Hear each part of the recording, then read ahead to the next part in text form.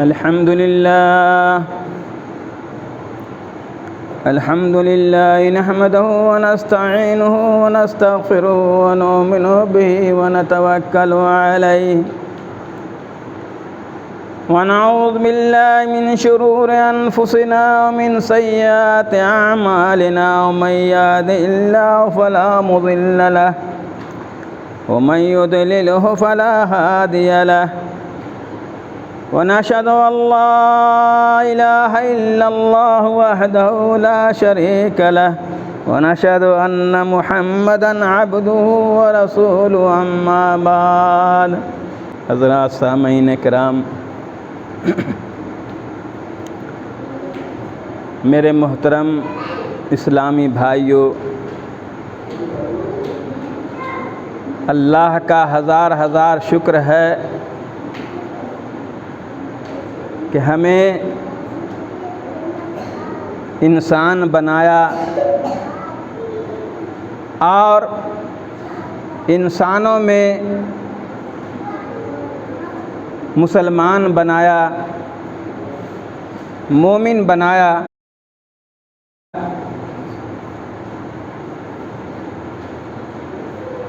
اور ایسا ہی ہمیں چھوڑا نہیں، ہمارے لیے ہر چیز کو مہیا کیا، ہماری سہولت کے لیے سب چیزوں کو مہیا کیا۔ یہی نہیں، اپنے رحم و کرم کا دروازہ ہمارے اوپر کھولا، ہمارے رشد و ہدایت کے لیے بے شمار نبیوں اور رسولوں کو بھیجا، جن کے اوپر اتنی ساری سہولتیں ہیں، اس کے باوجود بھی ہم ناکام ہیں۔ تو اس سے بڑی ناکامی اور کیا ہو سکتی ہے؟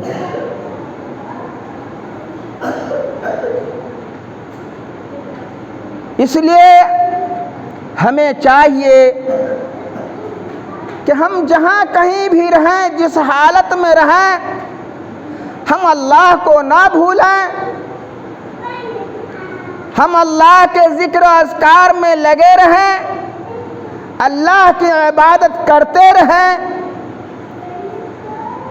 اسی کے اندر بہتری ہے، خوبی ہے اور بھلائی ہے۔ اس کے بعد پیارے نبی اکرم صلی اللہ علیہ وسلم پر بے شمار درود و سلام ہو، جنہوں نے اس دنیا فانی میں اس امت کے خاطر بہت ساری تکلیفوں کو جھیلا۔ جتنی فکر ہمارے نبیوں اور رسولوں کو تھی ہمیں کامیاب کرنے کے لیے، جتنی کوششیں انہوں نے کی ہم نہیں کر رہے ہیں، جتنی فکر انہیں تھی اتنی فکر ہمیں نہیں ہے۔ ہم تو صرف سنتے ہیں اور مسجد سے نکل کر کے اس کان سے سن کر کے اس کان سے نکال دیتے ہیں، ہمارا یہی کام ہوتا ہے۔ حالانکہ ہمارے دل ایسے ہونا چاہیے کہ ہم اللہ اور رسول کی باتوں کو سنیں تو ہمارا دل جو ہے کانپ اٹھے۔ ہم اللہ اور اس کے رسول کی باتوں کو سنیں تو ہم اس پہ عمل کرنے کے لیے ہمیشہ تیار رہیں۔ ہمیں ہر طرح کی باتوں کو سمجھایا جا رہا ہے، بتلایا جا رہا ہے، قرآن اور حدیث کی باتوں کو سنایا جا رہا ہے، لیکن اس کے باوجود ہم انسنی کر دیتے ہیں۔ مسلمانوں، یہ 4 دنوں کی زندگی ہے، یہ ہمیشہ کی زندگی نہیں ہے۔ ہمیشہ کی زندگی آخرت کی زندگی ہے۔ ہمیں چاہیے کہ ہم آخرت کے لیے ہمیشہ کوشش کرتے رہیں۔ ہمیں چاہیے اپنی ہر چیز کو آخرت کے لٹاتے رہیں۔ دیکھیے ہمارے اسلاف کو، صحابہ کرام کو، بزرگوں کو، جنہوں نے اس دنیا کی کوئی بھی ایک ذرہ برابر بھی اس کی حیثیت نہیں سمجھا، ہمیشہ انہیں آخرت کی فکر لگی رہی۔ اسی پر وہ لوگ کامیاب ہوتے چلے گئے، اور یہی نہیں بلکہ وہ لوگ اس بادلوں پر حکومت کی، بلکہ وہ لوگ اس دریاؤں پہ حکومت کی، بلکہ وہ لوگ اس آسمان اور زمین کے درمیان کی چیزوں پہ حکومت کی۔ آپ نے سنا ہوگا حضرت عمر رضی اللہ تعالی عنہ کا واقعہ کہ جنہوں نے خط لکھ کر کے اس دریا نیل کے اندر ڈالا اور کہا کہ اے دریا، اگر اللہ کے حکم سے کل چل رہا تھا تو آج بھی چل۔ دریا کو، پانی کو خط لکھ کر کے دے رہے ہیں۔ خط ڈالنا تھا، دریا اسی وقت پانی کو ابالنا شروع کر دیا۔ دریائے نیل پانی کو ابالنا شروع کر دیا۔ ایسے مسلمان تھے، اور ہم کیا ہیں، کیسے ہیں؟ ہمارا دل خود گواہی دے رہا ہے کہ ہم کیا ہیں۔ ہم کتنے وقت نماز پڑھتے ہیں، کتنے وقت ہم اچھا کام کرتے ہیں، اللہ اور اس کے رسول کی باتوں کو سنتے ہیں، اور ہم عمل نہیں کرتے ہیں۔ یہی نہیں، آئیے میں آپ کو سناؤں کہ عبداللہ ابن مبارک یہ بہت بڑے امام ہیں، بہت بڑے محدث ہیں۔ ایک مرتبہ انہوں نے نوکری کی، یہ بہت بڑے علامہ ہیں، مولانا ہیں، امام ہیں۔ امام ایسے لوگوں کو نہیں کہا جاتا ہے، ہر علموں کا مالک ہوتا ہے، اسلامی علم کا مالک ہوتا ہے۔ بہرحال عبداللہ ابن مبارک بہت بڑے امام ہیں، انہوں نے اپنی ہر چیز کو اللہ کے راستے میں قربان کر دیا، اس دنیا کی کوئی حقیقت نہیں سمجھی۔ ایک مرتبہ انہوں نے نوکری کی کسی باغ کے اندر، اور باغ کا مالک انہیں عبداللہ ابن مبارک کو، یعنی مبارک کو جو ہے اس باغ کے اندر رکھا، چند سکے پر یا چند روپیے پر، بہرحال نوکری کے شکل میں مبارک کو جو ہے اس باغ کے اندر رکھا۔ کہا کہ دیکھو اس باغ کو دیکھ بھال کرنا، اسے سیراب کرنا، اس کی جو بھی ضرورت ہو اسے پوری کرنا، تمہارا یہی کام ہے۔ بہرحال مبارک جو ہیں اس باغ کی دیکھ بھال کر رہے ہیں، پھل آتا ہے، پھل کو دیکھتے ہیں، اسی طریقے سے روزانہ گزر ہوتا ہے، اتفاقاً باغ کا مالک آتا ہے اور کہتا ہے کہ مبارک تم اس باغیچے میں سے اچھے اچھے پھل چن کر کے لاؤ۔ مبارک کو کئی سال گزر گئے تھے اس باغ کے اندر، اس باغ کی نگرانی کرتے ہوئے کتنے دن گزر گئے تھے۔ دیکھیے غور کرنے کا مقام ہے۔ کہا کہ اچھے اچھے پھل اس باغ میں سے لے آؤ، ہم لوگ کھائیں گے، مزے لیں گے، ان کی مٹھاس کو چکھیں گے۔ جاتے ہیں کچھ درخت میں سے اپنے حیثیت کے مطابق، اپنے جانکاری کے مطابق اچھے اچھے پھل کو لے آتے ہیں، اچھے اچھے پھل کو لے آتے ہیں اور دیکھتے ہیں حضور لیجئے اس میں سے کچھ دانے آپ کھائیے یا جو پسند ہو انہیں کھائیے۔ مبارک لا کر کے دے دیتے ہیں، نوکر کی حیثیت میں ہیں، لا کر کے دے دیتے ہیں۔ باغ کا مالک اس پھل میں سے کچھ لیتے ہیں، کھاتے ہیں، کچھ کھٹا نکلتا ہے، کچھ نکما نکلتا ہے، کچھ خراب نکلتا ہے، کچھ میٹھا نکلتا ہے۔ باغ کا مالک کہتے ہیں کہ مبارک میں نے تمہیں کہا تھا کہ اچھے اچھے پھل لاؤ،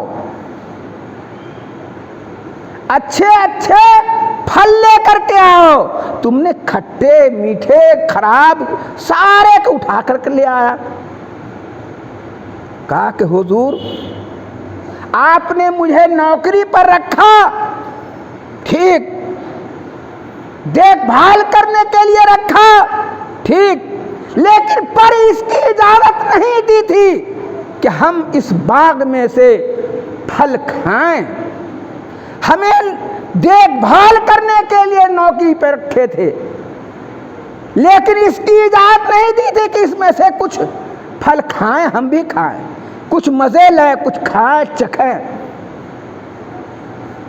دیکھیے اس باغ کی نگرانی کر رہے ہیں مبارک، دیکھ بھال کر رہے ہیں، اس میں سے پھل نکل رہا ہے، اسے سائڈ لگاتے ہیں، اسے چنتے ہیں، سب کچھ کرتے ہیں، پانی سے رات کرتے ہیں، لیکن پر مسلمان ایسے تھے، پھلوں کا انبار لگا ہوا ہے، باغیچہ بہت بڑا ہے، لیکن اس میں سے ایک پھل بھی نکال کر کے بغیر اجازت کے نہیں کھاتے ہیں۔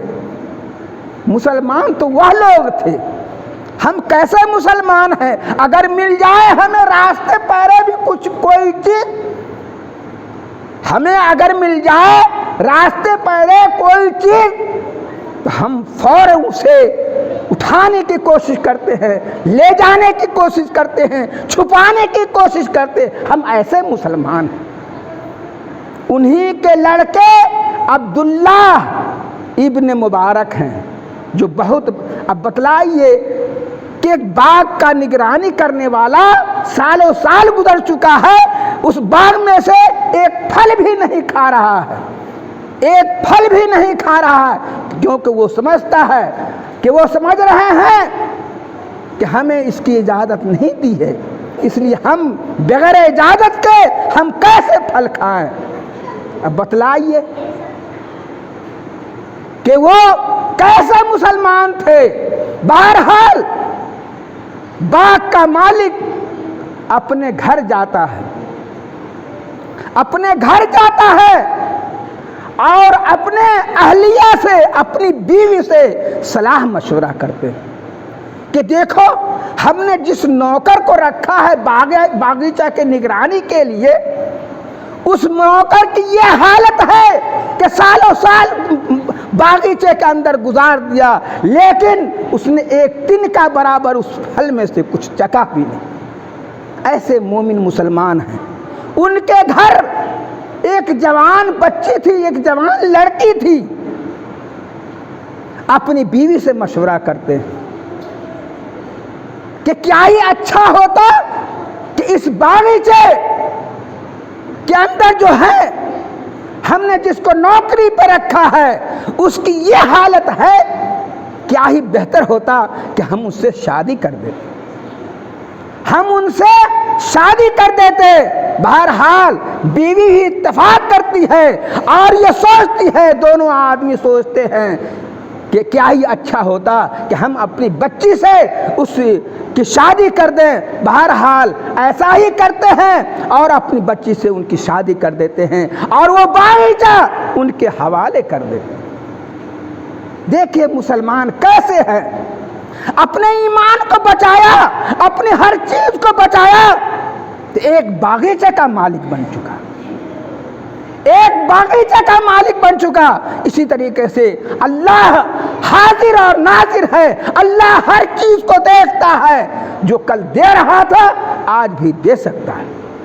ہم اپنے ایمان کو بنائیں، ہم اپنے ایمان کو بچائیں، اپنے آپ کو بنائیں، یہ مسلمان بنائیں، ضرور انشاءاللہ اللہ کے دربار میں کسی چیز کی کمی نہیں ہے، اللہ کے دربار میں کسی چیز کی کمی نہیں ہے، ان کے رحمت کا دروازہ کھلا ہوا ہے، جتنا ہم چاہیں لوٹ لیں، جتنا ہم چاہیں حاصل کر لیں۔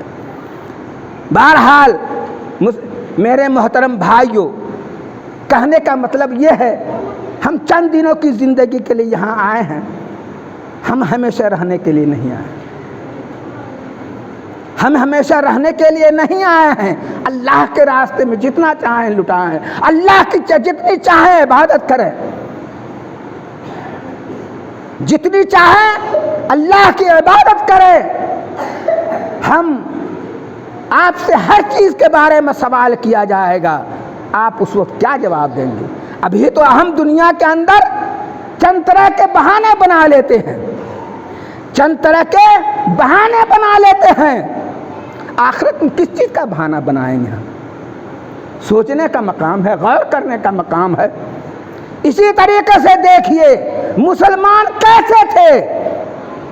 ایک مرتبہ پیارے نبی اکرم صلی اللہ علیہ وسلم کسی لڑائی کے موقع سے آپ نے اعلان کیا کہ دیکھو پیسے کی ضرورت ہے، روپیے کی ضرورت ہے، ہر چیز کی ضرورت ہے، لڑائی کا میدان ہے۔ صحابہ کرام سن لیے، اتنے ہی پر بس نہیں کیے، اپنے اپنے گھر جا کر کے جہاں بھی ہوا وہاں جا کر کے ڈھیر سارا مال جمع کر دیا۔ پیارے نبی اکرم صلی اللہ علیہ وسلم ایک مرتبہ اعلان کیے تو صحابہ کرام نکل کر کے ڈھیر سا مال جمع کر دیا۔ آج ہمیں کتنی بار کہی جا رہی ہے، ابھی ابھی جو واقعہ گزرا ہے، ابھی ابھی جو ہمارے سامنے جو ہے، کتنے بھائی ایسے ہیں، کتنے بھائی ایسے ہیں کہ چلو ہم صدقہ خیرات نہیں دیں گے تو کیا ہوگا، آدھا چیزہ دیں گے کیا ہوگا، فطرہ نہیں دیں گے کیا ہوگا، کون جانے گا، کون جانتا ہے۔ ارے اللہ تبارک تعالیٰ محاسب ہے، اللہ تبارک تعالیٰ دیکھنے والا ہے، اللہ تبارک و تعالیٰ دیکھ رہا ہے۔ آپ کو معلوم ہونا چاہیے کہ آپ کے بستی کے اندر جو مدرسے ہیں وہ سب سے زیادہ محتاج ہے، وہ بہت ہی غریب ہے۔ اس مدرسے کے اندر بچے آتے ہیں، پڑھتے ہیں، لکھتے ہیں، اس میں سے جو کامیاب ہوتے ہیں آئندہ بھی وہ ان سے یہی امید ہے کہ وہ پڑھتے جائیں گے، جتنے لوگوں کو پڑھائیں گے اللہ تبارک و تعالیٰ اس کے بدلے آپ کو ثواب دے گا۔ اس کو آپ پہچانتے نہیں ہیں، جانتے نہیں ہیں، دیکھتے بھی ہیں، انسنی کر دیتے ہیں۔ بہرحال ایک مرتبہ پیارے نبی اکرم صلی اللہ علیہ وسلم صحابہ کرام سے جو ہے اعلان کر دیا کہ دیکھو پیسے کی ضرورت ہے، روپے کی ضرورت ہے، ہتھیار کی ضرورت ہے۔ صحابہ کرام نکل کر کے آ کر کے سارے مالوں کو لا کر کے پھیر کر دیا۔ ابو بکر صدیق رضی اللہ تعالی عنہ، عمر فاروق رضی اللہ تعالی عنہ دونوں خلیفہ گھر گئے۔ عمر فاروق رضی اللہ تعالی عنہ یہ سوچتے ہیں دل کے اندر کہ آج تو ہم ابو بکر صدیق رضی اللہ تعالی عنہ جو پہلے خلیفہ ہیں ان سے ہم آگے بڑھ جائیں گے، عمر فاروق رضی اللہ تعالیٰ یہ سوچتے ہیں دل کے اندر کہ آج ہم ابو بکر صدیق رضی اللہ تعالیٰ عنہ سے آگے بڑھ جائیں گے۔ ابو بکر صدیق رضی اللہ تعالیٰ عنہ گھر کے اندر جاتے ہیں، جتنی بھی چیزیں ملتی ہیں، یہاں تک کہ جھاڑو بہارو، جتنے بھی جو چیز بھی کپڑے لتے، جتنی بھی چیزیں گھر کے اندر مل رہی ہیں، ساری چیزوں کو لے آتے ہیں۔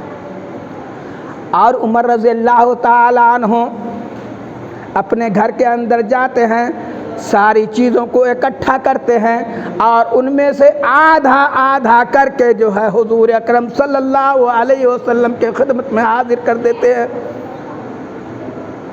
دیکھیے مسلمان کیسے تھے۔ ایک مرتبہ پیارے نبی اکرم صلی اللہ علیہ وسلم نے اعلان کر دیا، ساری چیزوں کو اٹھا کر کے لے آئے۔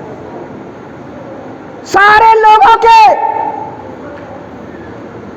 خواہش تھی، جس طرح کی بھی، سارے لوگوں کو کی پرواہ نہیں کی اور پیارے نبی اکرم صلی اللہ علیہ وسلم کے دربار میں ساری چیزوں کو اٹھا کر لے آئے۔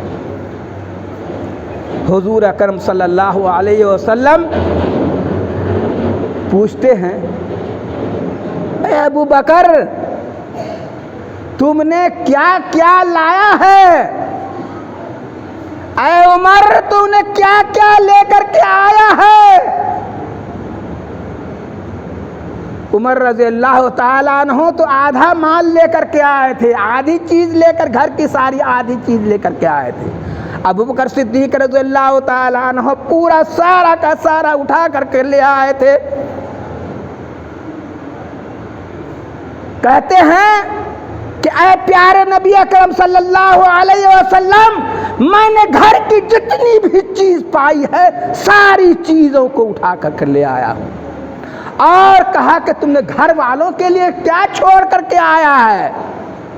کہا کہ میں گھر والوں کے لیے اللہ اور اس کے رسول کے ذکر اور اذکار کو میں چھوڑ کر کے آیا۔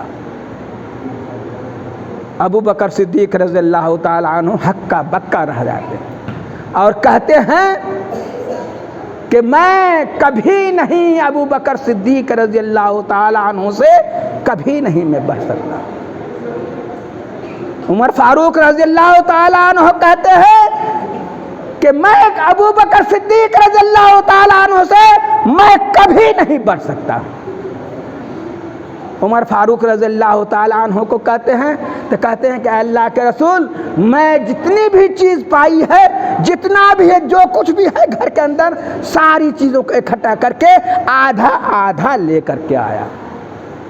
دیکھیے مسلمان کیسے تھے کہ اللہ کے راستے میں ایک مرتبہ اعلان کر دیا، ساری چیزوں کو اٹھا کر کے لے آئے۔ اور ہزار بار ہمیں کہا جا رہا ہے کسی چیز کے بارے میں، خیرات کے بارے میں، صدقہ و خیرات کے بارے میں، یا اور کوئی چیز کے بارے میں، نماز کے بارے میں، زکوٰۃ کے بارے میں، اور جو کچھ بھی اچھی چیزیں ہیں، بھلائی کی چیزیں ہیں، ساری چیزیں ہیں، اس چیز کے بارے میں کہا جا رہا ہے، ہم سنتے ہیں، سن کر کے اس کان سے ہم سنی کر دیتے ہیں۔ تو مسلمان ہم ایسے ہیں، اور وہ مسلمان کیسے تھے کہ دریاؤں پہ حکومت کی، آسمانوں پہ حکومت کی، دنیاؤں میں حکومت کی، اب رہ گیا کون چیز؟ اور ہم ایک ایسے ہیں کہ ہم اپنے گھر کے اندر بھی کامیاب نہیں ہوتے ہیں، ہم اپنے گھر کے اندر بھی کامیاب نہیں ہوتے ہیں۔ مسلمان تو ہم ایسے ہیں،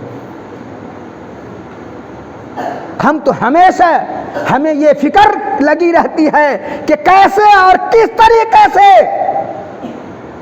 ہم ایک دوسرے کے گلا کو گھونٹیں، کیسے اور کس طریقے سے ایک دوسرے کے مال کو چرائیں، کیسے اور کس طریقے سے کس جھوٹ بول کر کے بےایمانی اور شیطانی کریں۔ ہمارا تو یہ رویہ ہے، ہم آتے ہیں نماز پڑھنے کے لیے، دل ہمارا کہیں اور ہوتا ہے۔ وہ لوگ تو ایسے تھے،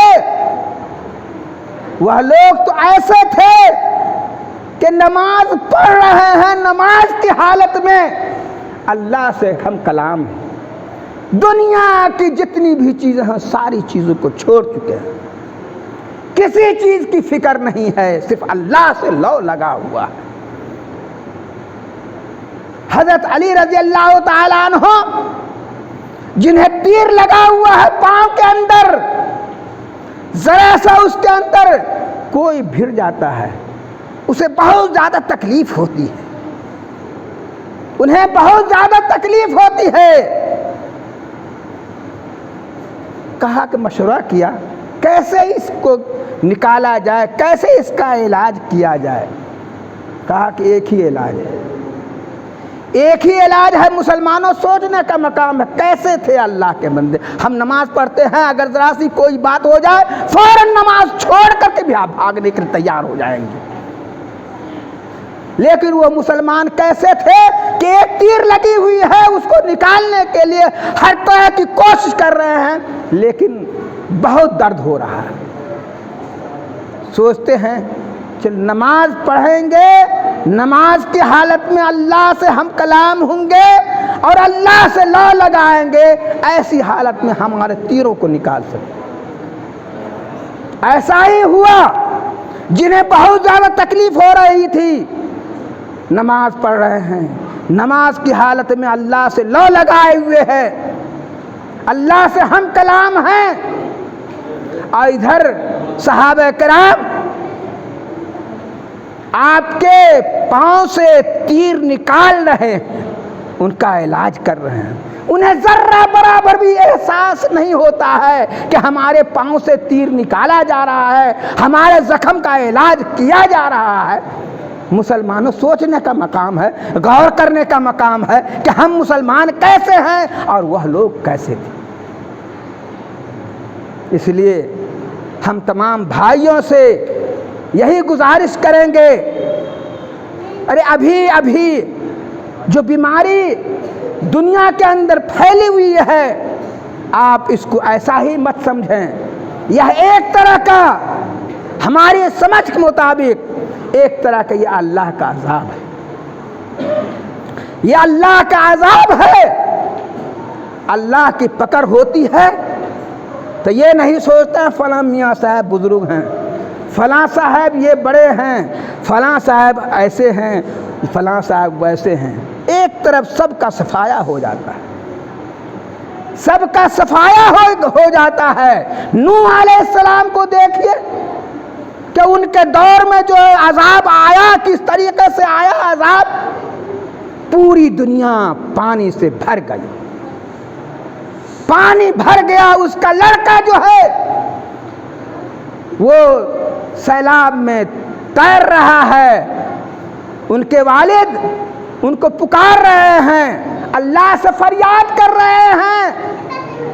اللہ تبارک و تعالیٰ نے کیا کہا کہ نوح تمہارا لڑکا ہے، اس سے کیا، لیکن تمہارے اہل میں سے نہیں ہے، تمہارے اہل میں سے نہیں ہے، ہمارا لڑکا ہی ہے، اس سے کیا، ہمارا کوئی رشتہ داری ہے، اس سے کیا، اگر وہ خدا کا نافرمان ہے، وہ اگر خدا کا نافرمان ہے تو ہمارے اہل میں سے نہیں۔